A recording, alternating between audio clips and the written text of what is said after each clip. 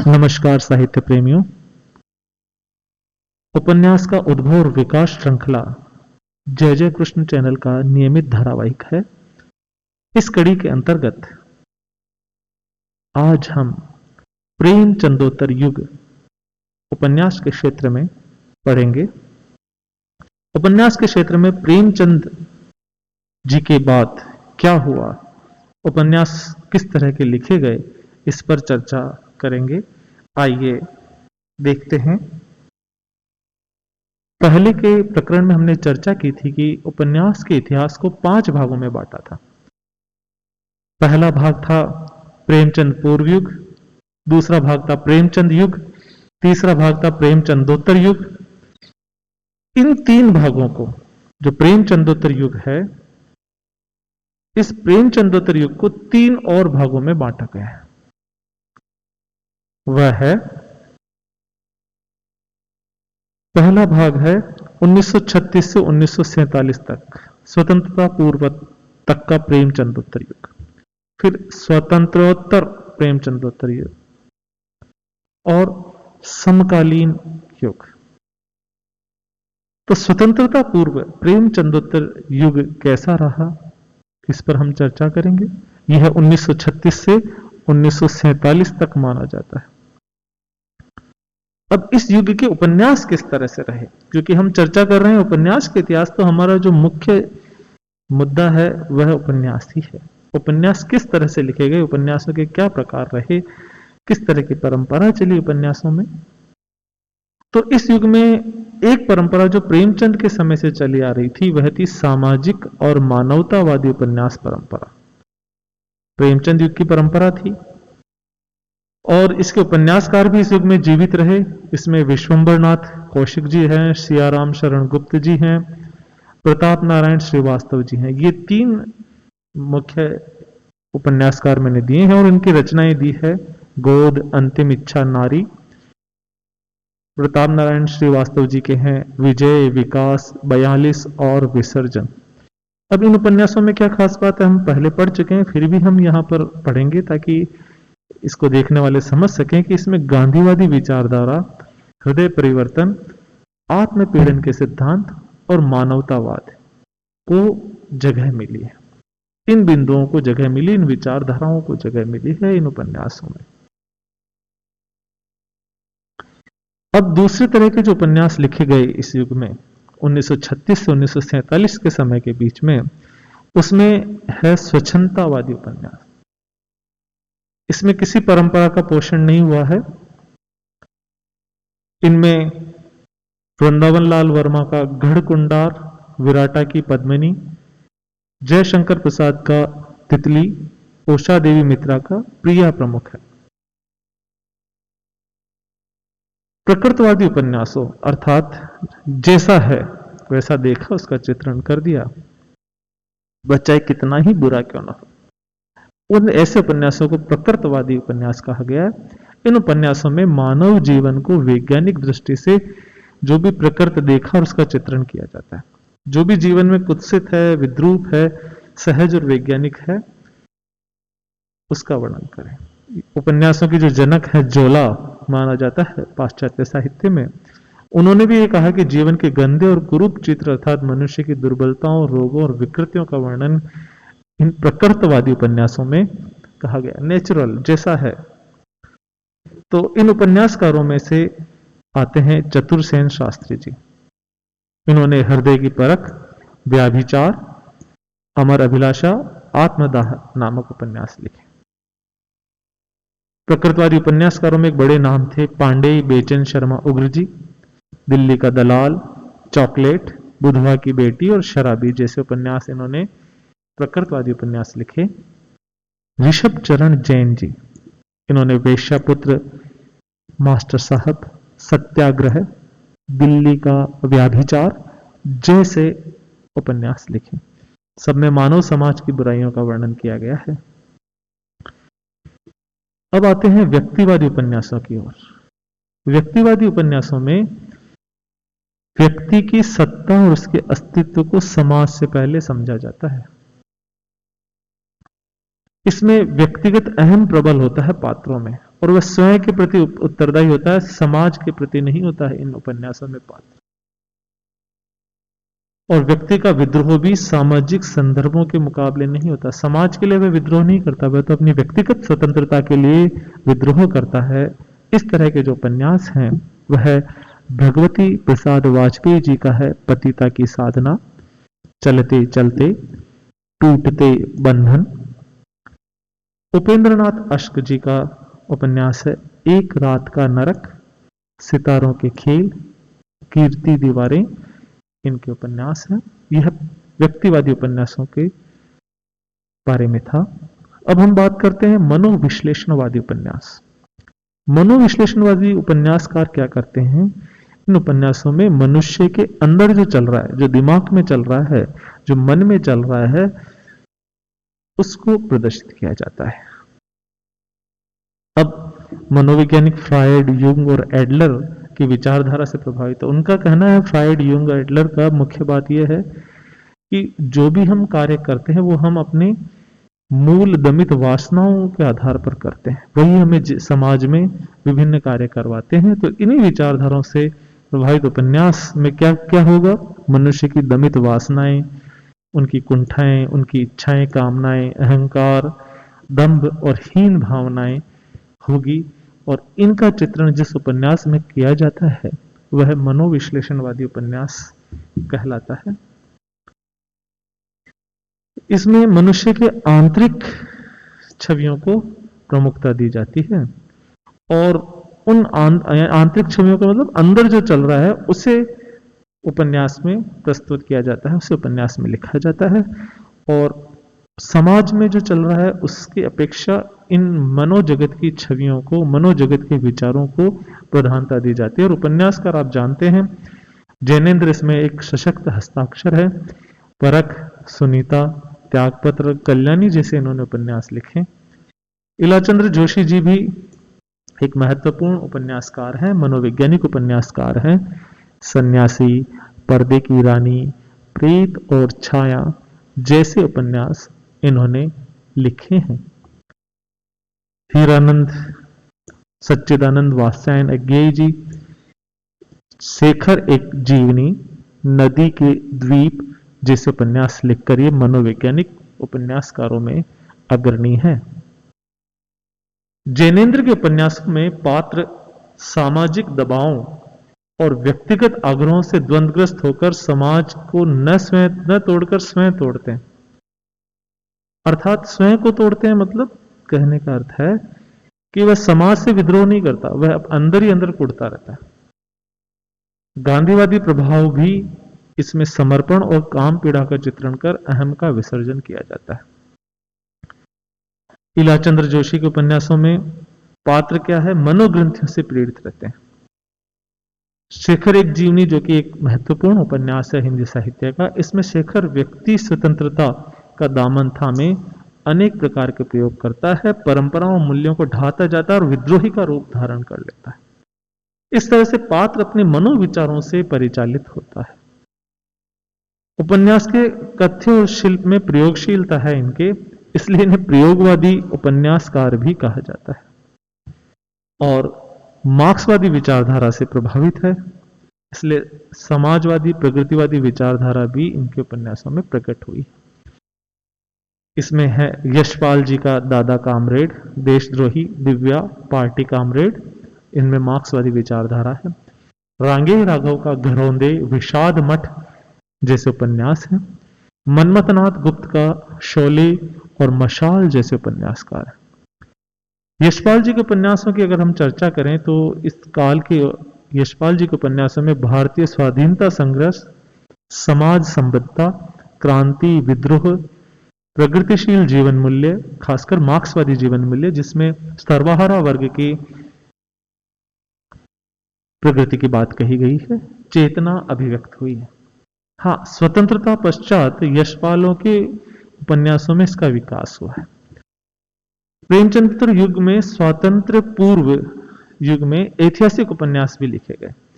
इन उपन्यासों में अगर आप देखें तो वृंदावन लाल वर्मा जी का गढ़कुंडार, विराटा की पद्मनी और झांसी की रानी है। चतुर्सेन शास्त्री भी ऐतिहासिक उपन्यासकारों में प्रमुख हैं। इन्होंने वैशाली की नगरवधु नामक उपन्यास लिखा। आचार्य हजारी प्रसाद द्विवेदी जी का बाण भट्ट की आत्मकथा बहुत ही प्रसिद्ध उपन्यास है और विभिन्न विश्वविद्यालयों, नेट सेट सभी पाठ्यक्रमों में यह पढ़ाया जाता है।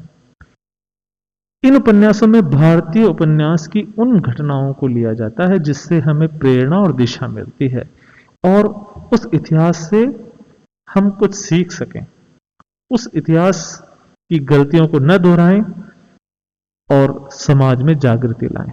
ऐसा इन उपन्यासों में मिलता है।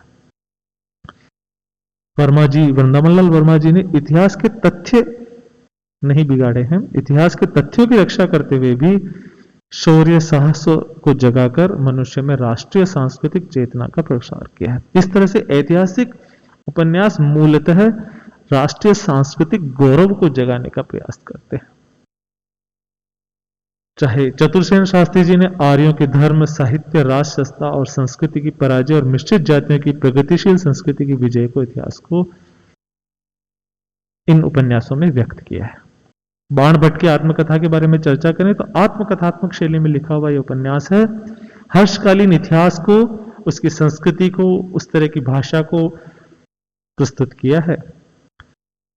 इस तरह से इस काल में अधिक मात्रा में उपन्यास लिखे गए और विविध तरह के उपन्यास लिखे गए। आइए अब हम चर्चा करते हैं स्वतंत्रता पश्चात प्रेमचंदोत्तर युगीन उपन्यास को। इसका समय 1947 से 1975 हम ले लेते हैं। यह इतिहास का काल विभाजन हमने आपके सामने प्रस्तुत किया। ईस्वी है ये। पृष्ठभूमि क्या है? देखो, भारत स्वतंत्र हो चुका था। इस काल में भारत स्वतंत्र हो चुका था। द्वितीय विश्व युद्ध की समाप्ति हो चुकी थी। भारत पाक का विभाजन हो चुका था। सांप्रदायिक दंगे हो गए थे भारत में। आजाद भारत में नई विकास योजनाएं लागू हुई थी। उद्योग धंधे चालू हुए थे और रूस और चीन में मार्क्सवाद, माओवाद और साम्यवाद का उदय हुआ था। तो इस तरह के उपन्यासों में, इस काल के उपन्यासों में क्या आएगा? पहला, देश विभाजन और उसके बाद की परिस्थितियों, जीवन दशाओं, समस्याओं को चित्रित करने वाले उपन्यास और उपन्यासकार सामने आएंगे। तो पहले जो लिख रहे थे यशपाल जी ने झूठा सच नामक उपन्यास लिखा। 1942 से 1952 ईस्वी के भारत के सामाजिक राजनीतिक यथार्थ का वर्णन किया। 2 खंडों में यह प्रकाशित हुआ, वतन और देश, देश का भविष्य। इन 2 खंडों में झूठा सच नाम का उपन्यास प्रकाशित हुआ। भीष्म साहनी जी ने तमस लिखा। कमलेश्वर जी ने लौटे हुए मुसाफिर लिखा। जगदीश चंद्र जी ने मुट्ठी पर कांकड़ लिखा, जो कि देश की विभाजन की त्रासदी पर आधारित है। विष्णु प्रभाकर ने निशिकांत लिखा। बलवंत सिंह ने काले कोश लिखा। बदी उज्जमा ने छाकों की वापसी लिखा। कृष्ण बलदेव वेद ने गुजरा हुआ जमाना लिखा। ये सब जो उपन्यास है, ये देश विभाजन की और उसके बाद की परिस्थितियों को उजागर करते हैं। सामाजिक और मानवतावादी उपन्यास देखते हैं हम। इनका उद्देश्य क्या होता है? इनका उद्देश्य समाज और मानव की समस्याओं को उजागर करना होता है। सामाजिक समस्याएं, जो भी हमारे समाज में जाति समस्या, जातिवाद है, ये विभिन्न नारियों के प्रति उपेक्षा का भाव है, ये जो बातें हैं इन उपन्यासों में लिखी जाती है। इन समस्याओं को उजागर किया जाता है उपन्यास के माध्यम से। अमृतलाल नागर जी इसके सशक्त हस्ताक्षर हैं। बूंद और समुद्र, सुहाग के नुपुर, अमृत और विष, नाचो बहुत गोपाल, मानस के हंस, खंजन नयन इनके सामाजिक मानवतावादी उपन्यास है। हजारी प्रसाद द्विवेदी जी ने चारू चंद्र लेख, पुनर्नवा और अनाम दास का पौधा नामक उपन्यास लिखे। भगवती चरण वर्मा जी ने भूले बिसरे चित्र, सीधी सच्ची बातें लिखी। उपेंद्रनाथ अश्क जी ने गिरती दीवारें, गर्म राख, शहर में घूमता आईना जैसे उपन्यास लिखे। इसमें क्या है, उपन्यास समय से प्रभावित होकर और उसके प्रभावित करने वाले विविध विषयों पर आधारित थे। अर्थात जो वर्तमान में उस समय समस्याएं थी सामाजिक, उस समस्याओं पर आधारित ये उपन्यास लिखे गए। अब हम बात करते हैं आंचलिक उपन्यासों की। हम चर्चा कर चुके हैं किसी अंचल या किसी क्षेत्र विशेष की बोली, मान्यताएं, परंपराएं, संस्कृति और समाज को अगर हम प्रमुखता से उपन्यास में डालें, अर्थात इसमें पात्र गौण हो जाते हैं और आंचल या क्षेत्र विशेष प्रमुख हो जाता है, ऐसे उपन्यासों को हम आंचलिक उपन्यास कहते हैं। और ऐसे उपन्यास भी इस काल में लिखे गए जिनमें सशक्त हस्ताक्षर थे फणीश्वर नाथ रेणु जी, जिन्होंने मेला आंचल, परती परिकथा, जो कि बिहार के प्रांत का रहन सहन और बोली आदि को दर्शाती थी। रामदर्श मिश्र जी ने पानी के प्राचीर जल टूटता हुआ जैसे उपन्यास लिखे। राही मासूम रजा जी ने आधा गांव नामक उपन्यास लिखा। श्रीलाल शुक्ल जी ने राग दरबारी नामक उपन्यास लिखा। विवेकी राय जी ने बबूल, सोना माटी जैसे उपन्यास लिखे। शिव प्रसाद सिंह जी ने अलग अलग बैतरणी जैसा उपन्यास लिखा। इनमें विभिन्न क्षेत्रों की जीवन दशा को रचना का विषय बनाकर उसके प्रति करुणा, सहानुभूति, उनके दुख दर्द को और उनकी ढोंग की पोल भी खोली। तो इस तरह से उपन्यास लिखे गए, आंचलिक उपन्यास। प्रेमचंद जी की प्रगतिशील विचारधारा से प्रभावित उपन्यास भी लिखे गए। इसमें राजनीतिक उठापटक, लोकतंत्र की छिछालेदार जैसी घटनाएं होती हैं।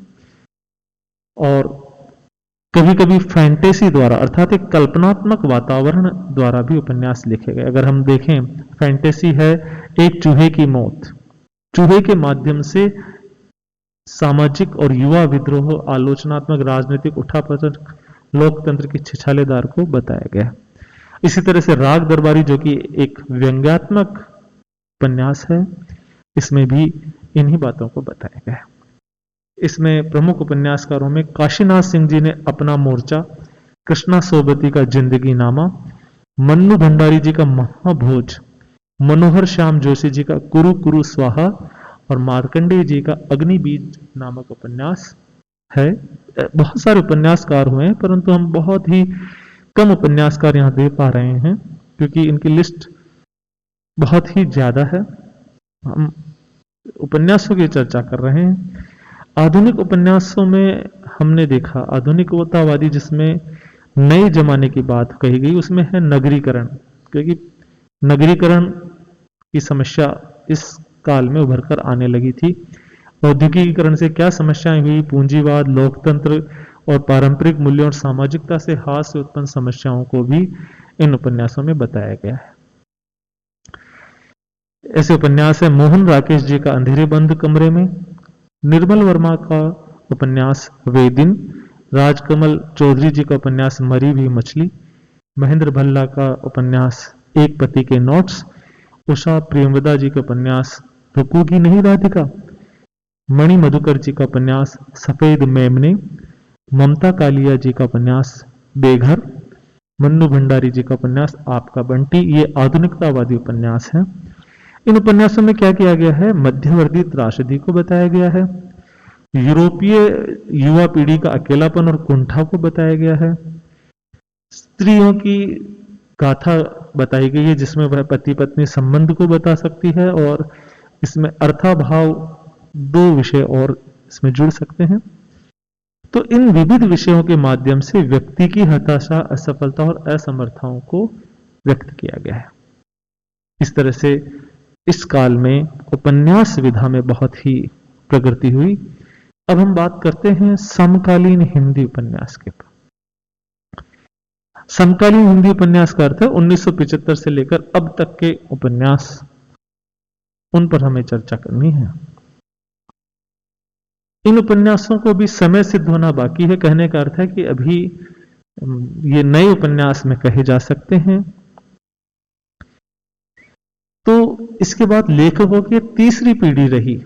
इसमें महिला कथाकार, दलित उपन्यासकार और वर्तमान में जनजातीय और आदिवासी उपन्यासकारों का वर्ग भी तैयार हुआ। अब इनके विषय हम देख लें, इन उपन्यासों का विषय क्या रहा। तो अभी नए उपन्यासकारों में विषय है भूमंडलीकरण, ग्लोबलाइजेशन, भारत ने जब से संधि पर हस्ताक्षर किए उसके बाद से भारत में विदेशी कंपनियां आने लगी है और भूमंडलीकरण एक विषय बन गया है उपन्यासों का। नए कानून जो भी आए हैं, चाहे आरटीआई आए, चाहे अन्य जंगल का कानून आए, वन संरक्षण कानून आए, इन सब कानूनों पर आधारित उपन्यास लिखे गए। उदारीकरण, सामाजिक समानता, धर्मनिरपेक्षता, आरक्षण, बदलते समाज, सरकारों की पारदर्शिता और जवाबदेही आदि परिस्थितियों से उपन्यासों की भाषा और शिल्प प्रभावित हुई है और नवीनता भी आई है, विषय में नवीनता आई है। उदाहरण अगर हम देखें तो रात का रिपोर्टर निर्मल वर्मा जी ने लिखा है, मैया दास की माड़ी भीष्म साहनी जी ने लिखा है, नीला चांद शिव प्रसाद सिंह जी ने लिखा है, महासमर दीक्षा अवसर नरेंद्र कोहली जी ने लिखा है, डूब पार पंचनामा वीरेंद्र जैन जी ने लिखा है और पंकज बिष्ट जी ने जो उपन्यास लिखा है उसका नाम है उस चिड़िया का नाम। इस तरह के उपन्यास समकालीन उपन्यासकारों द्वारा लिखे गए। अब हम एक नया वर्ग और देखते हैं इस उपन्यास के इतिहास में, वह है महिला उपन्यासकार और उसके उपन्यास। इस पर चर्चा हम अगले अध्याय में करेंगे। आप इस चैनल को सब्सक्राइब कीजिए, पसंद आए तो लाइक कीजिए, प्रश्न कमेंट बॉक्स में लिखना न भूलें ताकि हम उसका उत्तर दे सकें। एक बार फिर कहूंगा, सब्सक्राइब करिए चैनल ताकि हम और अधिक गुणवत्तापूर्ण वीडियो आपके सामने ला सकें। धन्यवाद।